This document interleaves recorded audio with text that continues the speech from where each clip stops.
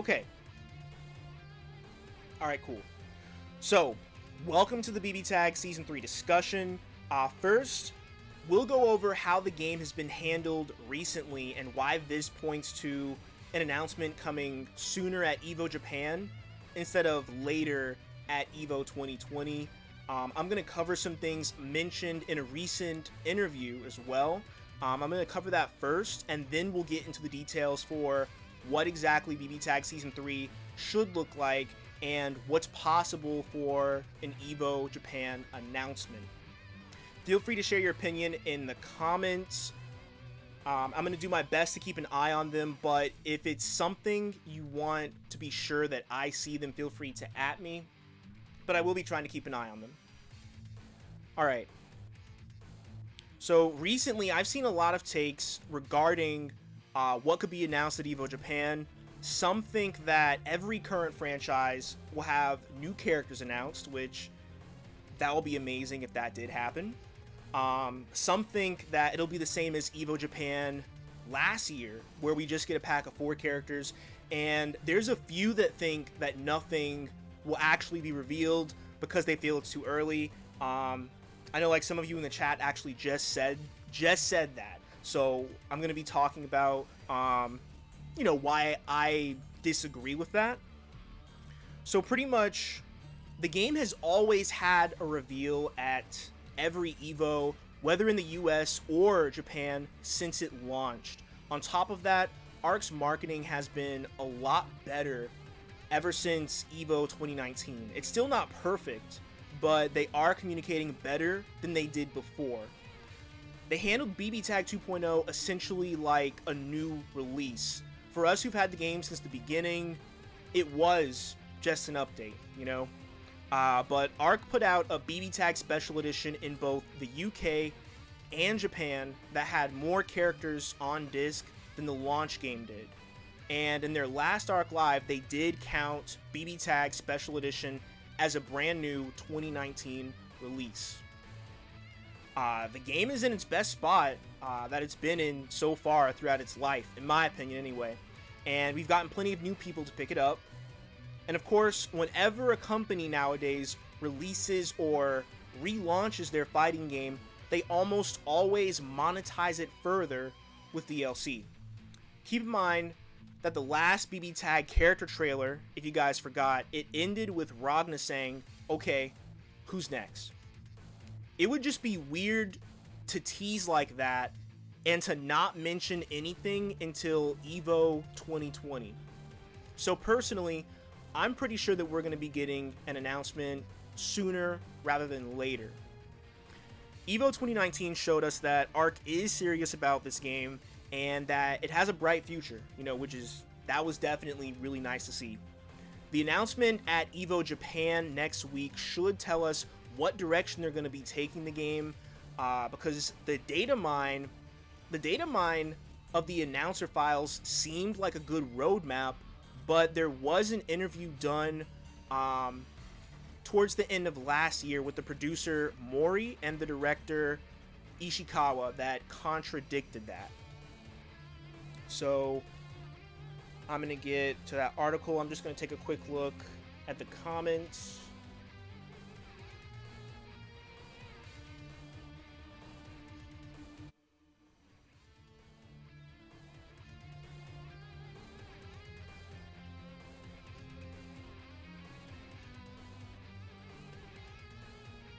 Okay.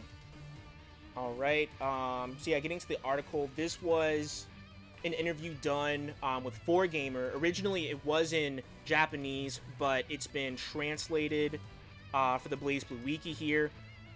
We're just going to skip to the key parts that relate to the current discussion. Alright. So, Mori says he's good friends with the Senran Kagura producer, Takaki, and that he wanted his franchise. Takaki wanted Senran Kagura to be in BBTAG. Mori had a hard time picking between Asuka and Yumi, so he asked Marvelous about it, and of course, they said Yumi. They know that she's the most popular character in Japan, and I do firmly believe that they did tell Mori that they would like her to be in the game. What I don't believe is that she's going to be the only SK rep, and I'm going to explain why in a bit. The next part here.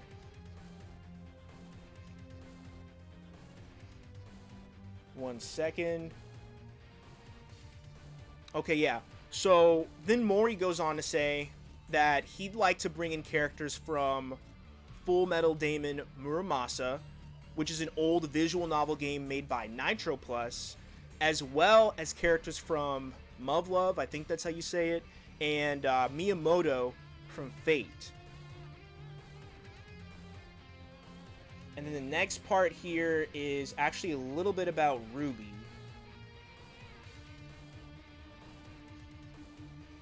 Alright, so yeah. He also says that they knew early on that they wanted to add another Ruby character. I'm assuming he meant at least one more Ruby character and not only one more Ruby character. I just think that it'd be weird if they saw the strong interest in Ruby but limited themselves to only one more Ruby character that early on. Since it does say here that they made that decision early on, I don't see them limiting themselves like that, you know, at the beginning of the game's life cycle. Also, interesting to note, one second. Yeah, so interesting to note, Neo originally wasn't one of the characters that Ark was considering. Rooster Teeth actually requested for her to be in the game. You know, I feel like that makes sense because I was honestly really surprised when I heard her name in the data mine. It also kind of gives me hope that if Takaki, for example, saw that there was demand for a character like Katsuragi or Daidoji, if he saw that there was demand for those characters from here in the West, you know, it's possible that he could tell Ark and have them added to the game, despite the fact that neither of them were mentioned in the data mine, you know? And one more thing here.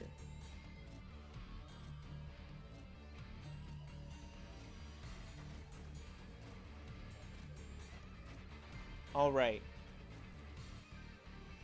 Yeah, so the last thing I wanted to point out is that when asked about Arcana, SK, and ABK getting more reps in the game, Ishikawa admits that they have thought about it, which they can't, you know, they can, if you would have denied it, I mean, we have the data mine, so at the very least, you can't deny that it's crossed their mind that they have planned for it.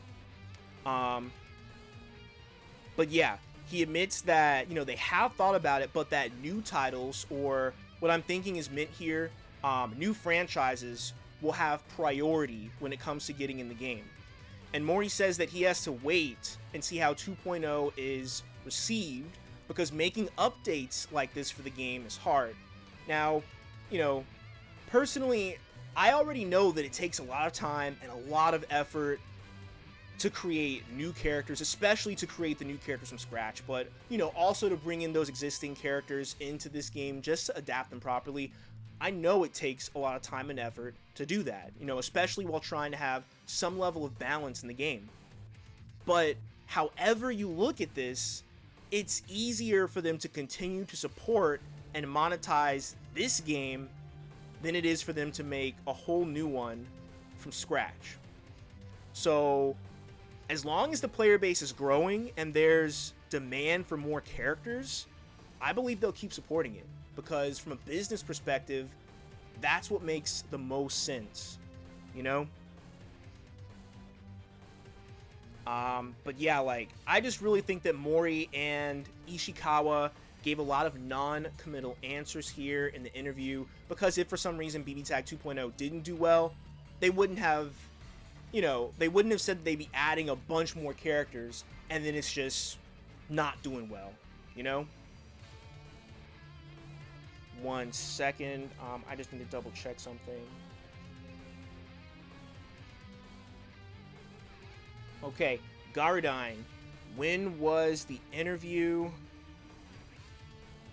One second, let me see. Does it mention the date here? Right there at the top. If you want to know, there it is, November 21st, 2019. That's when this interview was published.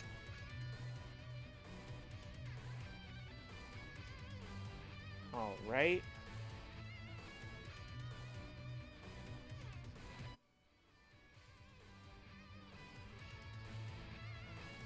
One second.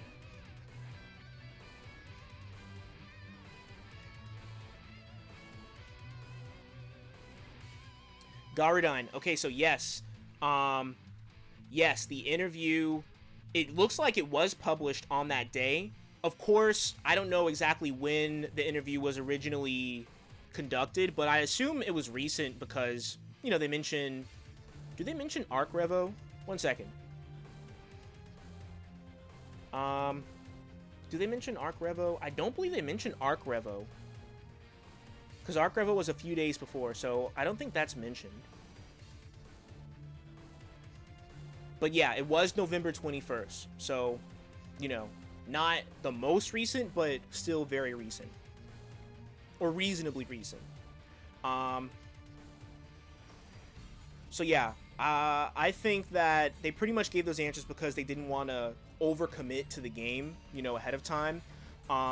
Going from the data mine, they obviously put a lot of thought into the list of characters that are in the announcer files, and I have no doubt that those files were all left there intentionally. Maybe as a way to see how fans reacted, to see if the player base is interested in more reps from the current franchises, or what, And the reason I say it was intentional is because how do you accidentally leave the announcer files in for every single franchise in the game, and even the unreleased ones? How do you accidentally do that? I just firmly believe that that was done on purpose, But, let me see. So yeah, I think that that was done just to gauge interest, because obviously that was a publicity stunt, but at the same time, we're hoping that they're actually able to pull through with what they were teasing us, pretty much. And yeah, hopefully we're gonna see soon enough if they're gonna actually stick with what was in Datamine, or if what was said in that interview about newer franchises being prioritized, we're gonna see what they do. Hopefully with the announcement that comes next week.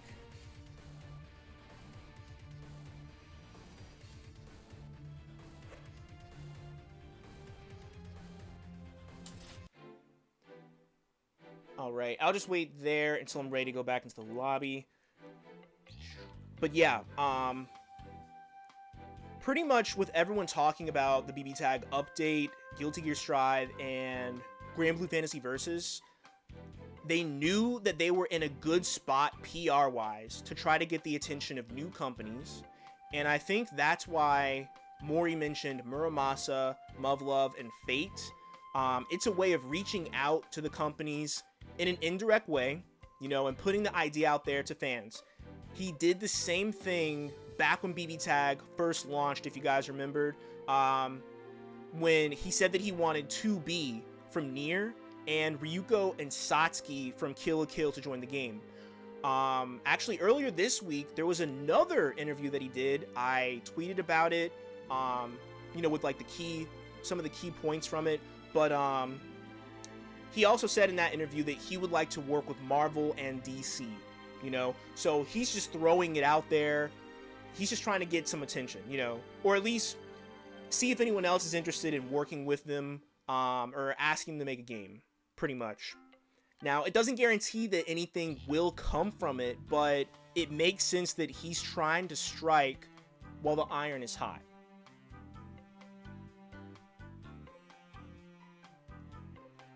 Johto. Yeah, I mean, that's like pretty much the main reason, or that's one of the main reasons I wanted to have this discussion here, because if what was said in the interview is true, if they are going to be prioritizing newer Fates, then we are not going to get the best representation for, you know, Arcana Heart, for Senran Kagura, for Akatsuki. We're not going to be getting the best representation for those franchises. I mean, Ruby could definitely use another rep or two, and I definitely feel like there's still some important characters from the other three as well. I'm gonna get to that in a little bit, but you know, all we can do right now is just hope and wait for, you know, whatever they're gonna be announcing next weekend at Evo Japan. Oh, 1 second. All right, my bad. Almost knocked the mic over there. Okay.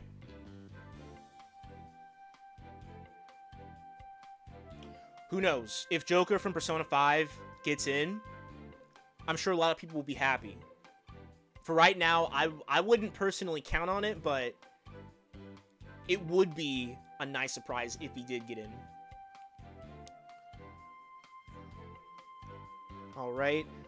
So yeah, at this point, from everything I've seen, it's clear that players mainly want more reps for the current fates instead of new fates. Not to say that people don't want new fates, but between getting new franchises, just getting characters from new franchises, or having proper representation for the current franchises, proper representation seems to be more important for the majority of characters here.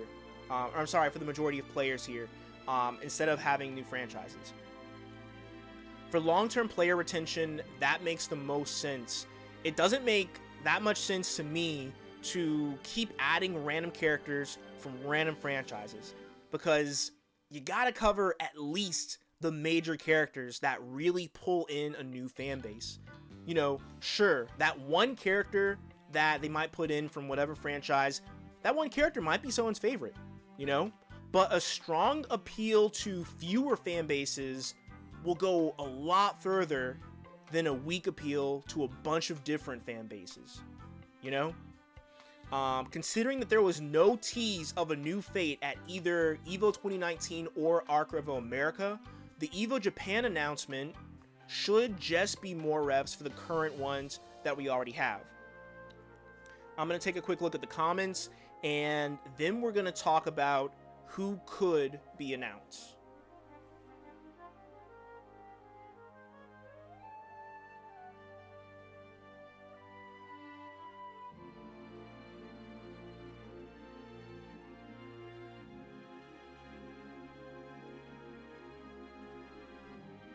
Right. Okay. So yeah, I'm seeing that you guys pretty much have the same feelings there. That we should be getting more reps for the current fates instead of just trying to get new fates. That was actually Johto. So for Arcana Heart, that's actually something that I was just about to mention.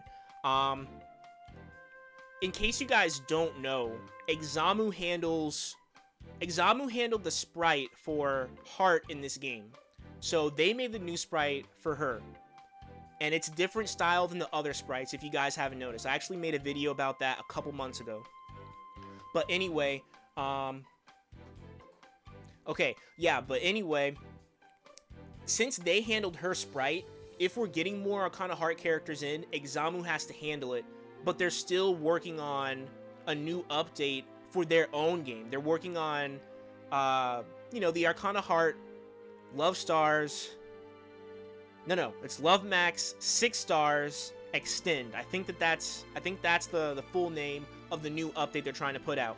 And if you guys don't know, this is the update that they announced last year. Like last year at EVO Japan when Heart was getting added in, it was like the week after that they announced that they said that they're getting an update for Arcana Heart 3. We still don't have that update, in case you guys, you know, didn't know that. So they're still working on that. If I remember correctly, the last time they mentioned it, it was October or November, and they said they were in the debugging phase, I believe, but we haven't heard anything since then.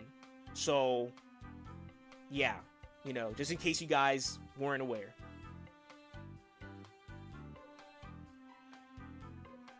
No, Johto, so Heart Sprite was brand new. It's not the same sprite as what she had in Nitro Plus Blasters. That was a brand new sprite for Heart.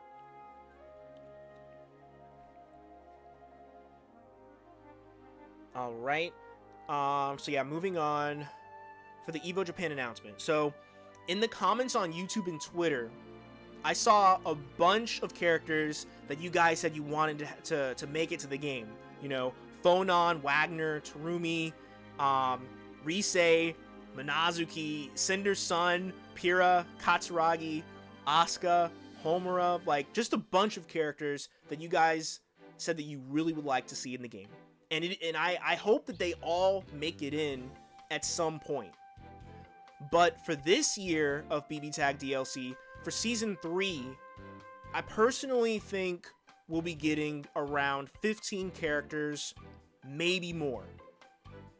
For Year 1 of BBTAG, we had 20 characters as DLC. For Year 2, we got 13.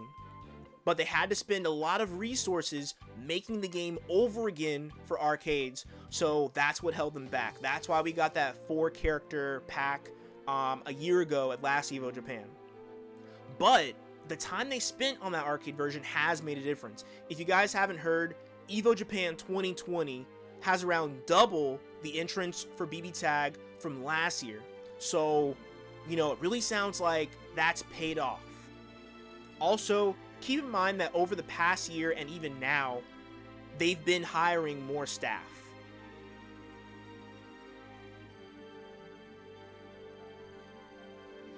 Wow, alright, I see you guys already I see you guys already naming characters that you do not want to see in this game. I mean, it's bound to happen. You'll get some characters you like, you'll get some that you know, don't like, maybe some that you hate, but it's whatever, man.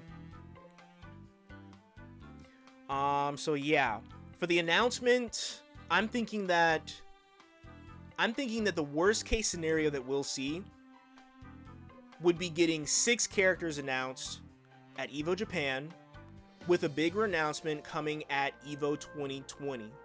Now, even if it is only 6 characters, that pack could add the rest of the characters that a lot of players feel should have been here already. You know? If they announce Terumi, Risei, Wagner, Saki, Asuka, and a Ruby character, either Pyrrha or Cinder, that would address the immediate concerns that fans have. We'd finally have the iconic form of the BlazBlue villain. The investigation team would be complete. All the playable characters from the Lit Kreis in Uni would be here. Heart wouldn't be alone anymore. The original Senran Kagura Pro Tag would finally be here. And of course, I'm sure that either Cinder or Pyrrha would get the attention of Ruby fans who've been holding out on getting the game.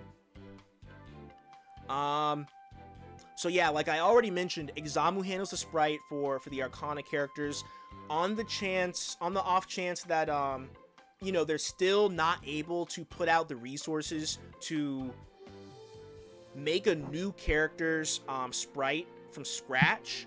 I think that Kokonoe would be a good pick for that slot as well. The rest of her family is already in the game, so, you know, it makes a lot of sense to add her.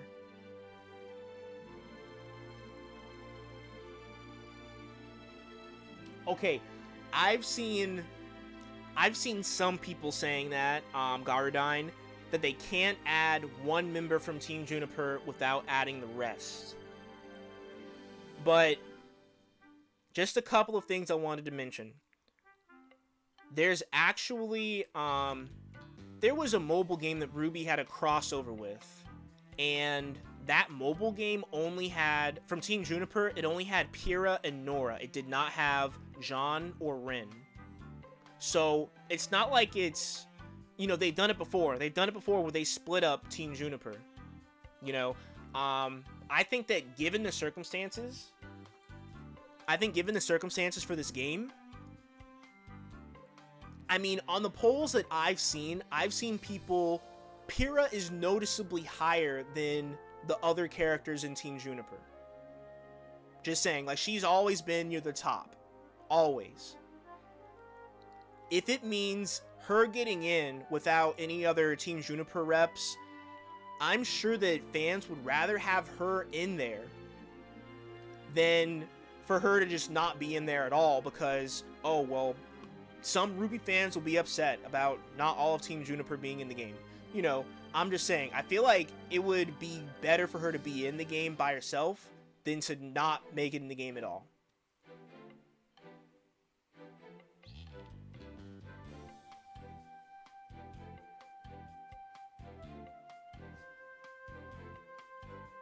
Okay, I've seen that. Okay, I've seen people say that as well. That BlazBlue has enough characters. BlazBlue has enough characters. They don't need another rep. This is how, okay, when it comes to the franchises that have been here from the beginning, I want this season, I would just love it if this season was the last season that we get characters for the main four. But at the same time, they get those characters. They get the rest of those really hype characters. They get the top 2 to 3 characters for each of the main 4 franchises that were here from the very beginning. And that's it for them. That's it. After that, it's just solely focused on Arcana Heart, Senrin, and Akatsuki Blitzcomp. That's how I think it should go. But to say that even right now, even though BlazBlue has the biggest roster right now, it deserves to. It honestly deserves to. The game is BlazBlue Cross Tag Battle. And while it's not an actual BlazBlue game, if you look at the rosters for all the franchises in the game, BlazBlue, you know, excluding you know, RWBY, because there's a bunch of characters that you could point out in RWBY, but in terms of all the fighting games, BlazBlue has the biggest roster of all those games. It has 36 characters. 36, I believe. It was either 34 or 36. And, you know, the other games just don't have a roster that's that size. It makes sense that they would have the most number of reps. Just saying. But I just think they need to get the last couple of major BlazBlue characters, and then they can, you know, say they're done with BlazBlue.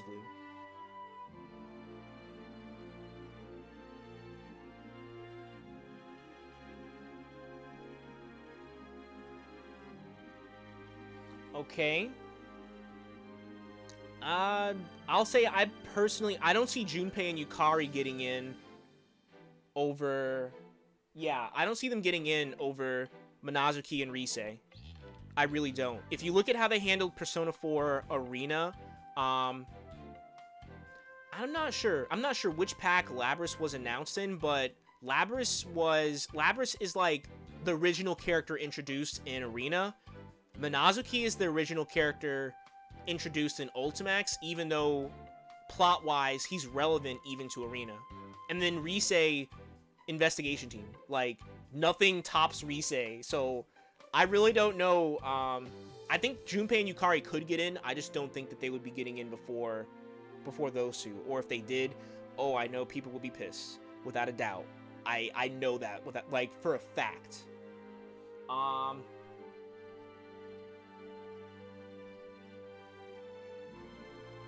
But yeah, who knows? Maybe Chaos from Eunice, he might. Someone told me that he doesn't actually work like a puppet character. Like, he can't attack while his like his monster thing is attacking. I don't know, off the top of my head I don't remember if that's true or not, but if that's true, then I could see him maybe making it in. If that's not true, yeah, no, he's a true puppet character, then I wouldn't count on it. Let me see. Okay, so yeah, I want to mention also the best case scenario that I could see potentially happening for the game. Considering the BBTAG Special Edition is a new release, since ARC considers that to be a brand new release, I think it's possible that we'll get a bigger announcement than just 6 characters. In the best case scenario, I think that it'd be great if they announced a full Season 3 here, and it'd be a great way to get the new players excited. ARC just has to show them that more of what they want is on the way. I feel like as long as they do that, people are going to be really happy about this reveal. But I'm not saying that they should reveal the entire season of characters there at EVO Japan. That's not what I'm saying. maybe just reveal the pack of 6 right then, but confirm, oh, there's a whole season of characters coming this year. And then they can reveal more, periodically in the coming months. That would be a really good way to keep players talking about the game and, looking forward to whatever the next reveal might be. Right now, BBTAG is at 53 characters. If I remember correctly, I believe that King of Fighters 02 has the biggest roster of characters in a traditional 2D fighter at 66 characters. So if we get just 15 this year for BBTAG, we'll hit 68 and we'll take that title. And I think that alone would be another huge milestone for the game. But honestly, I believe that if BBTAG continues to get more popular over the year, that we may even see more DLC in 2021. And if that happens, we'll be approaching Smash Ultimate's roster size. For right now, I won't say that that's likely because, we don't know. We have no idea what things are going to look like for the game until the end of this year, But man, it'd be legendary if the game was able to actually reach that point, I'll go over the comments one more time, and then that's going to be it for today's discussion.